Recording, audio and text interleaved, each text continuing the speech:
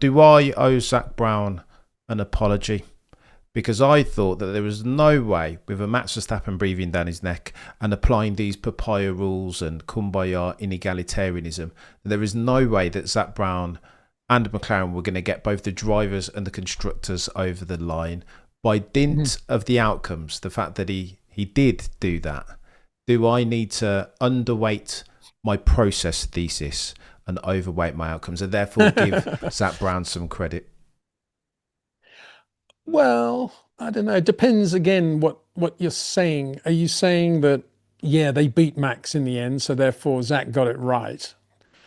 Or are you saying even though Red Bull had a really bad car for a lot of the year, McLaren made it incredibly difficult to win the championship?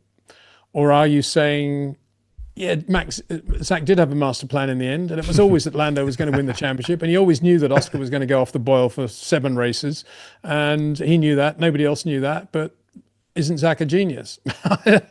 If it's the latter, I would say isn't Zach a genius because I had no feel at all that Oscar would drop the ball the way he did in the back half, in the second half of the year. I don't think anybody did. Certainly not Mark Webber because he wrote Baku off as a one-off race, didn't he? He's just he's human, one mistake. So nobody anticipated, except Zach maybe, that Oscar was going to make it relatively easy for Lando to go on and win the championship. That's the point. And as for the rest of it, did Zach know before the start of the year that Red Bull were going to have such a bad car for most of the year?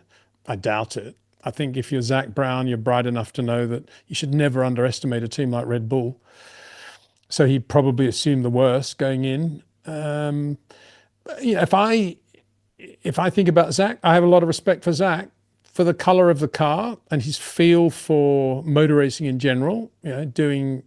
Basically doing Indy and sports cars and all that stuff. I would love to see Zach now. And I think this would be very good for Lando, actually.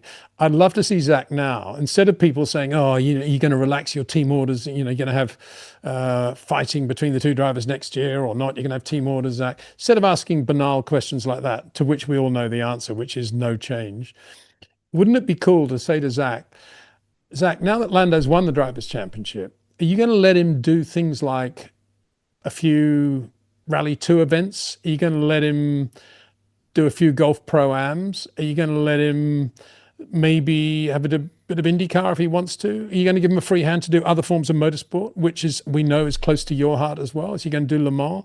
Wouldn't it be great? British Touring Car Championship. Wouldn't it be great if Lando did that as a world champion, did things differently from the sort of template of how to be a world champion in 2026? Oh, He actually went out and did things differently and did a lot of other events. I would love to see Lando in a touring car, a British touring car. I'd love to see Lando in a Rally 2 car alongside Heikki Kovalainen. I'd love to see Lando do Le Mans. hmm. And yeah, he's world champion. The pressure's off now. Let him go and do that stuff. I think Lando would probably want to do it too. He loves all that extracurricular stuff.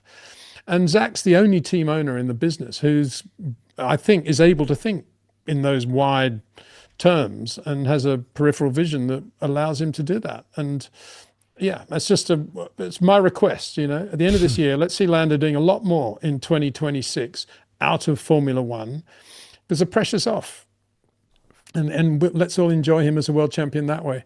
And it's a small point, but I think it's worth making that in the before Formula One became really big business, winning the world championship actually carried with it quite a lot of responsibility because suddenly you became the most important person in Formula One. And you therefore overnight became an ambassador for the sport. And people listened to what you had to say in a way they never did before you were world champion. And that entailed a lot of extra charity work, a lot of extra travel, and a lot of dignified behavior representing the sport on the planet.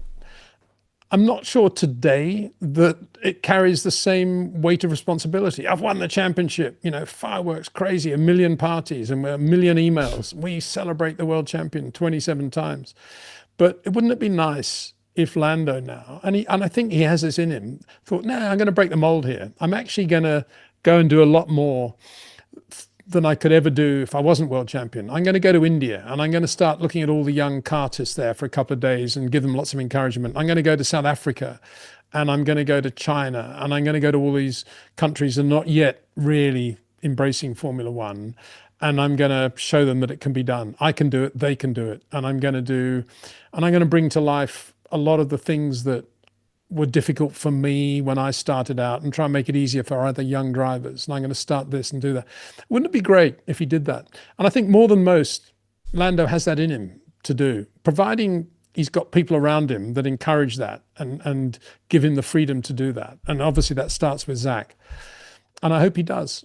I think Zando. That's not a bad thing, is it? The combination of the two. I think Lando is capable of doing that, and he has it in him. He's got a good heart. And he's a good man. Blimey, Peter, I think you've just put words very succinctly and articulately as ever to the good news story that is Lando Norris Driver Championship 2025, that he's always said, contrary to Lando Norris naysayers like myself, that he's going to be a champion.